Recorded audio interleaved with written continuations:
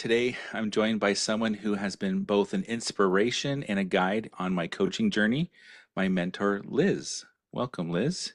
Oh, thank you. It's good to be here. Yeah, I'm excited about this, and I'm really thankful that you took me up on doing this recording for ourselves and for the future potential people who want to go into the Pisgah Coaching Institute.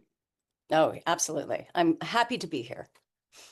Liz is a grad of the Pisgah Coaching Institute from the very first cohort, and she also holds certifications in Martha Beck Life Coaching and is a self-belief coach with the Self-Belief Coaching Academy in the UK. Before her career in coaching, Liz spent over 3 decades as a professional actress in television and film. She brings a rich life of experience to her work, offering empathy, deep listening, and a playful creativity that helps clients connect with their authentic self. Mm.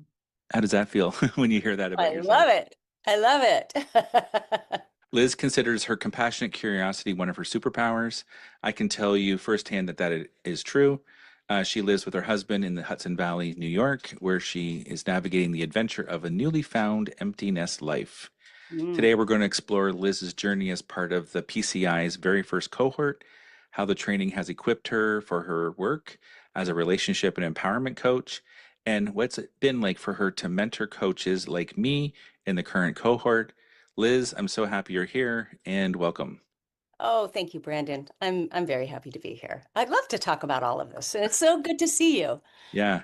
I just can't believe we're doing this from the standpoint of like this is like actually our real lives these days. Like we're doing this type of work, we're talking about it, and others can Great. potentially find out about it too.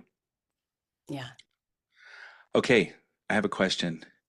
Mm. What drew you to the very first cohort of the Pisgah Coaching Institute? Yeah. It was Brian Jadon. Absolutely. I took a class in self leadership coaching with for self leadership. Um, I don't know. It was I'm not sure if it was during the pandemic. Not sure. All I know is his energy, the way he was teaching IFS for coaching, and it was in a big group of people, but I felt so safe and drawn to his style of really coaching the whole person. Hmm. It's a systems coaching. Um, and he had such a wonderful structured methodology, but at the same time, there was so much space to be an authentic coach within it. So as an actor, I that's how I structure acting a scene. Like I know my line, I know the lines, I know my intentions, the outcome of what the scene needs to be in order to tell the story. But in the moment to moment, I want to be able to ad lib and or at least improvise and Hmm. have that kind of creativity. And so he provided all of that for me. And I wanted to learn my coaching from him. Uh-huh. I can tell you Yep. that has that lesson that you learned there also is what you've been sharing with us as your mentor group too. I can tell, like I've heard that before too. Learn the lines and then do as he's fit while you're in the Then moment with be the in the person. moment. Yeah, Then be present to what is. yeah. Can you share an experience from the first cohort that is memorable? Sure. There's so many that come up. We had a great group. But I do remember there was one particular session when he was introducing the mapping of your internal influences, which Hmm. is a big part of this Big work. methodology. Yeah. Yeah, and I love it. It's so powerful. But one of the sections of it was the introducing vows and promises, and he Hmm. was think about, a time when maybe when you were young, most often when you were young, either consciously or unconsciously, you might have made a vow or a promise that in life that would be affecting how you were showing up in present day. Hmm. And I kind of thought, what are you talking about? It's like I made a vow not to never be like my mother, and I said it out loud just like that.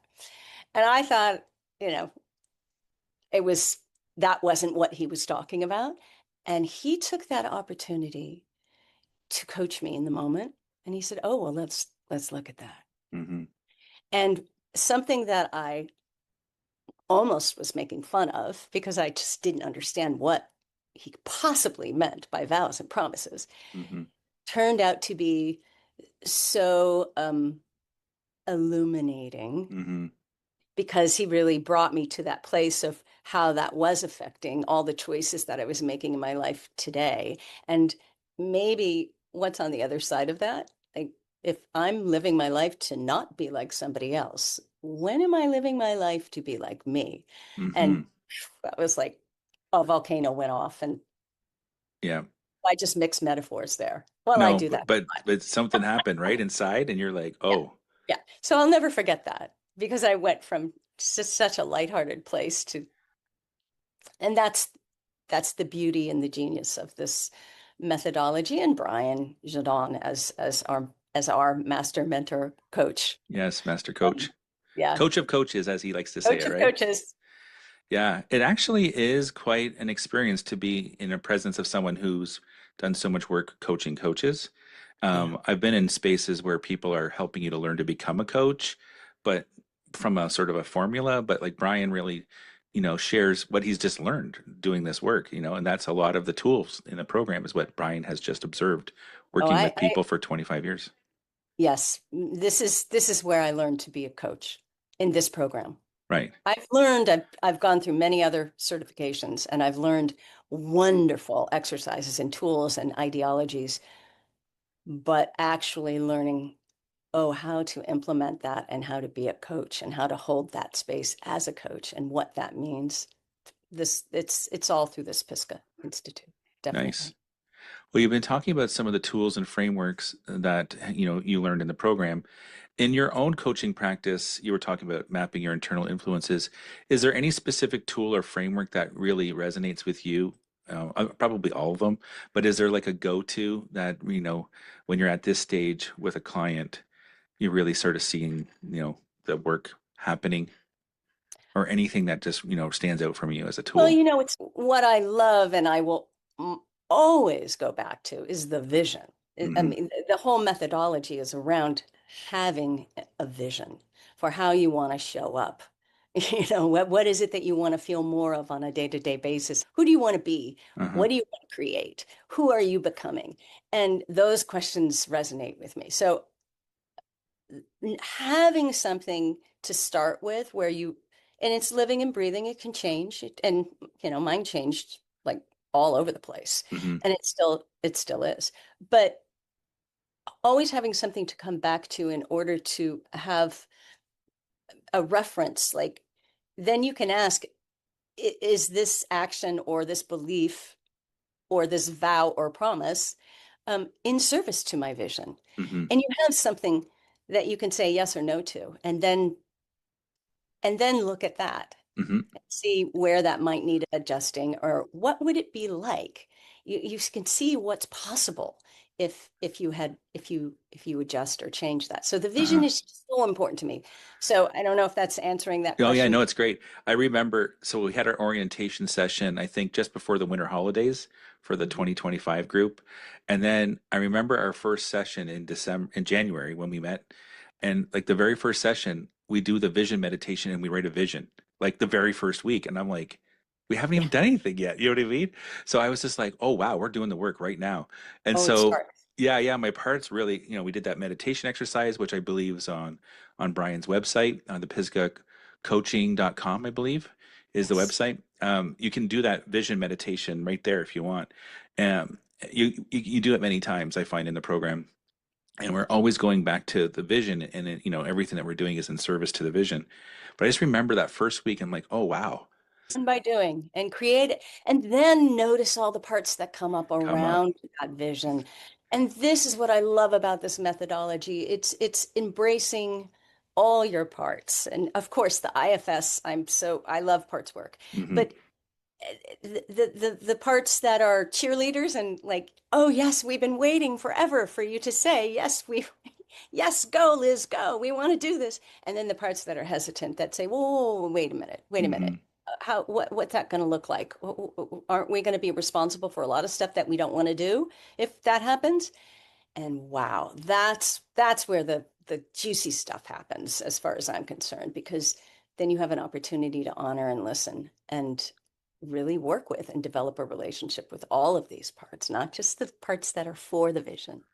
Yeah. Yeah. Thanks for That's that. important. It starts right at the beginning and it doesn't stop. Every 2 weeks when you meet, it's just more and more. And Keep it's an adding. unraveling in a supportive way. I would Yeah. say for myself as a person going through it, and you've been through it a couple of years ago now, and now you're supporting it as a mentor. How did that happen? How did you get into the mentor role? Well, first Brian asked me. Hmm.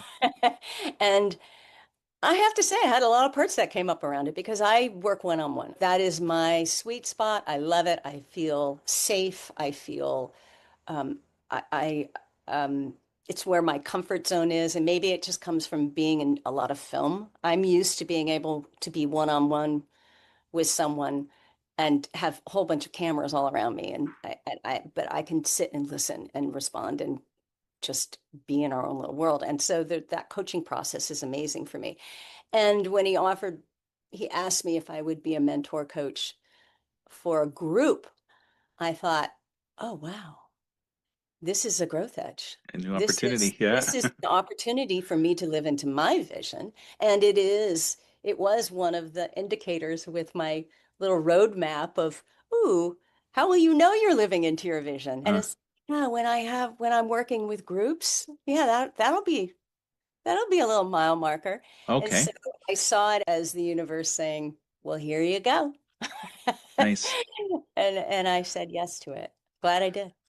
Well, if you want to share maybe something that you've noticed as a breakthrough of one of your mentees this year that you've noticed, and if there isn't anything coming up in that, maybe a comment around balancing offering your guidance with letting others find their own way.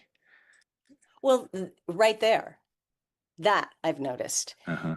And I call it the coaching part that needs to know, the part that needs to know. I need to know what to do next. I need to know how to help them. It has an agenda often. And Hmm. I've noticed that with our beautiful mentor group, that all of you, it's natural to have those parts because I had to let go of that part. That was the most important thing that ever happened was, oh, wait a second, maybe it's better not to know. Then there's space for curiosity and for the client's wisdom to be honored. But that is what I've noticed is that in all of you, you've those parts that started with I have an agenda and I have a homework assignment and this is what I have to do with my external clients and you're being given a um, not a real world experience, but sort of a real world experience because you've been giving these external clients to practice with. Um, and and that the coaching parts that have agendas have Hmm. softened, Yeah. allowing for more presence. So I've noticed like you have beautiful presence, and which leads to attunement, where you can really be with the client and trust where that client needs to go. And it's not really up to you to Right. have to be the I hear you. Yeah. dictator, I had this part that was like, we can't screw this up. If Oh, we mess up, like we got to follow the guidelines really, really well. And I just had parts that were just like always like having to get everything done a certain thing or whatever. And then within our coaching cohort, with working with you, those parts got a little bit softened, especially when we started doing the gifts work and sort of I was onboarding a gift that was wanting to hold, you know, a calm presence for people. We're like, yeah. well, we can't be in the manager part that's trying to manage the situation and be in the gift at the same time. So we had to come up with a way in my own system for let the manager take a break. And that manager likes to go to a cabin and not have to be around when we're doing this work. It's actually quite happy about it. Oh, I love it. I love Yeah. it. Yeah, well, I've noticed. Oh, So and yeah, thank you. I Thank you. have noticed. Yeah. Yeah, other people have too, actually, just so you know. Um, you talk about you having this compassionate curiosity as your superpower. How do you keep it alive in challenging moments? I have a part that's curious to know that. Well, I think it is asking the part that needs to know to soften back and say, oh, well, see, my parts have dressing rooms. You can go to your dressing room. I love it. Um, because here, for me, like staying in that curiosity means I need to be curious. I need to listen. I need to not know before Hmm.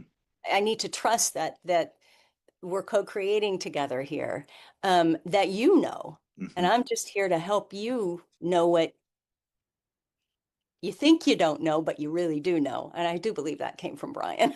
Nice. Well, I was just going to ask you another question around how does your acting career, shape your coaching world? And I just like how you shared the dressing room for the parts, that Oh might not yeah, want to be there. Is there anything else that how your I acting know. careers shaped your coaching? My clients now know that everything has an acting reference to it. What costume does this part want to wear Oh, today? nice. Well, just the parts work alone. I mean, as an actor, I had to get to know my parts really well because I would call in, depending on, I would break down a character and go, what is needed in order to tell the story? So I would call in archetypal energies and I would call in, oh, it's I don't know. This is the librarian. This is the one this is a science-based person, or this is the glamour girl.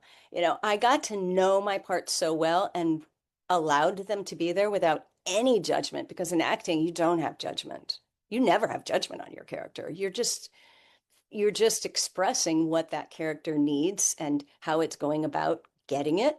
And usually it's trying to get love some way and it doesn't realize that it's impacting in a negative way somewhere else down the line.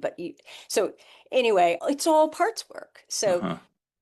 I knew it so well that in my coaching, I think I really helped to normalize that we have the parts Yeah, we're all and multiple. permission for them to be there and that they've done nothing wrong. Hmm. And it's really our job just to get to know them and what is it they need. Hmm. And so the acting it just makes it so easy. And I think I can help people in that way be more comfortable with the fact that they actually have parts. That's great.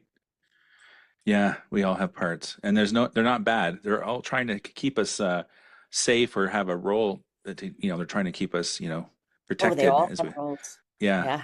but Yeah. usually that's in service, a positive experience for us. But they sometimes are doing things in ways that aren't necessarily helpful anymore. Well, they don't realize that. Right. Exactly.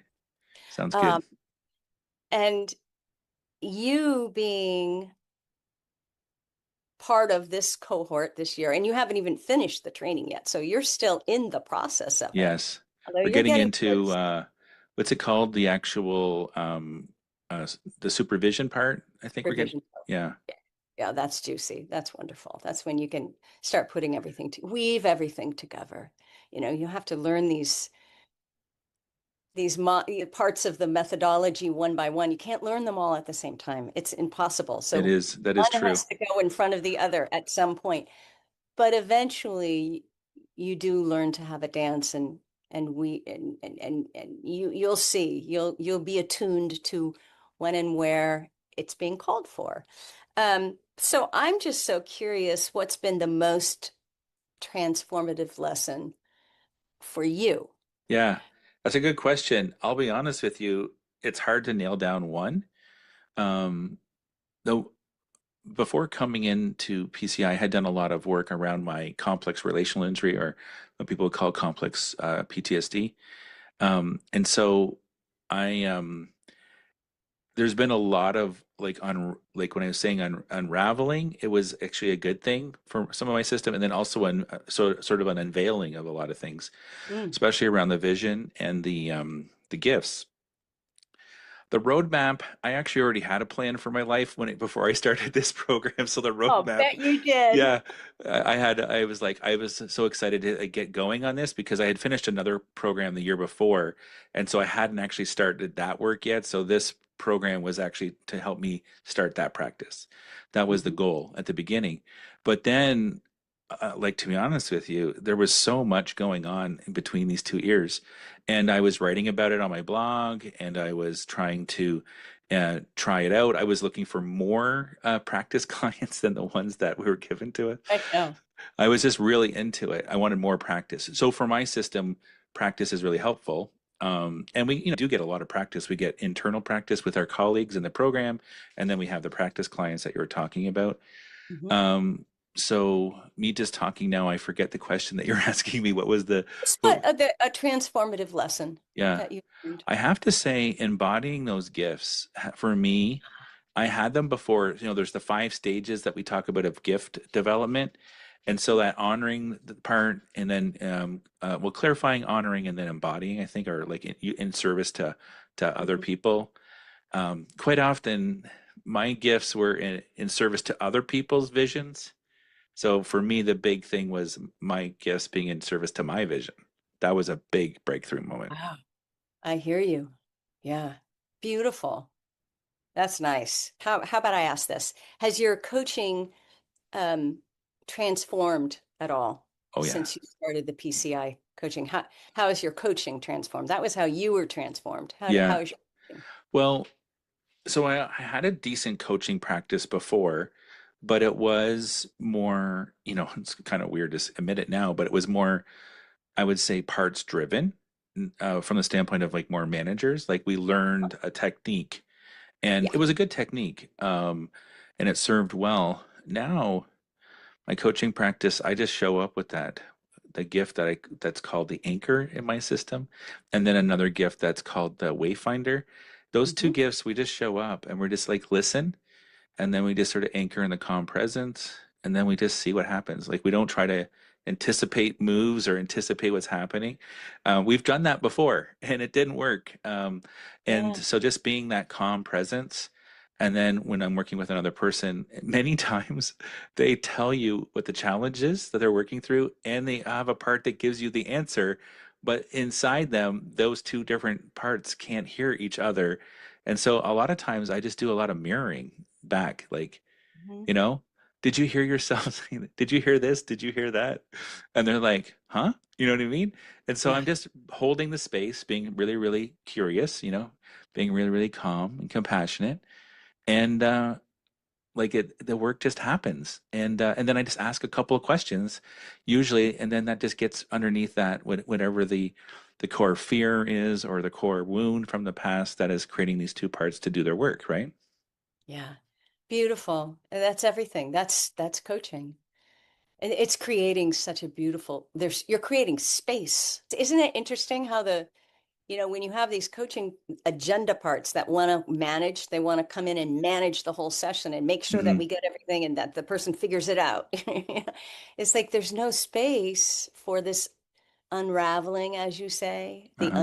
unveiling. That those are beautiful words to speak about the coaching process Yeah. because it's all it's already there. It's just allowing it's the system being safe enough Hmm. I agree. to just to look at it. Yeah. Oh, Yeah. that's beautiful. Yeah. Um, has there been a mentoring moment that has stayed with you? Yeah. Yeah. Well, first off, how you showed up in the space as the mentor. I really enjoyed that. And it's kind of like, we're in the larger group together. There's two mentor groups, and then Mhm. our group sort of becomes sort of more connected, right, in that space. And it's a place for us to sort of talk about what's happening in our internal practice with our colleagues, but also our external practice, questions that come up. Quite often, we're listening to each other, and I don't know if the word's problem solving, but like offering other experiences and stuff like that. Group wisdom. Group wisdom. There we go. That's Yeah. that's what comes up. Yeah. Yeah. And I believe that's new, this coaching cohort for This is 2020. Yeah. I didn't have a mentor group, Right. and it's beautiful. So I am actually learning a lot from you Right. because I didn't have a mentor group or a mentor coach to say, "Ooh, there was the role model of what a mentor coach will do." Right. So it's a beautiful experience. Yeah. You're a trailblazer in this Yeah, work. I had to call the pioneer in my Yeah. archetypal break Oh, yeah. new ways. Yeah, it's big for me. That's Yeah. great. Well, I just want to say thanks, Liz. I'm just seeing the time, and people watching this, I think we've given them a really good flavor of, the program, Mhm. having a mentor. Maybe you'll be there in 2026. I don't know. I Everything's did. plan on You plan on it? it. Okay, didn't want to, Yes. but I just want to say thank you for sharing your journey and your wisdom and your heart with us today. I've experienced firsthand how you show up for your mentees with curiosity, the insight that you were talking about today, and your genuine belief in our potential. So Mm. and I know so many others will benefit from hearing your story. If you'd like to learn more about Liz's coaching work, I'm going to include her website in the show notes. And I'm also going to include the Pisgah Coaching Institute information and also my coaching website in there too. And to those Absolutely. listening, I hope this conversation inspires you to keep connecting with your authentic self and to seek out mentors who can help you grow along the way. Liz, it's been a gift to talk to you today and share the space with you again. So I just want to say thank you. Oh, thank you, Brandon. Likewise, a beautiful gift indeed. Yeah. Thanks. And any coaches out there who are looking for a program to deepen their experience of coaching and this really open into this methodology, it's so powerful and I can't even, it's life changing this for me, for sure. Um, this is a great program to go through, and I know that it's open for the 2026 um, cohort for next year. Brian is interviewing and speaking with people who are interested. So Yeah. definitely check it out. pisgahcoaching.com. And Mhm. Liz, you'll see Liz on there as an affiliate coach. There's other coaches that are available on the Pisgah Coaching Institute if you're looking to be coached, as Mhm. well as the application process for the 2026 cohort. I believe there's limited, I think maybe 12 people I heard, maybe 12 or Yeah. 14. So you better apply before the spaces are gone, which happened to me in the second cohort. I wanted to get into the second. I had to wait to the third. So Oh, just be okay. Well, careful. you're exactly where you need to be. Exactly. One of the things we're exactly where we need to be. And that's great. Thanks again, Liz. All right. Thanks, Brandon.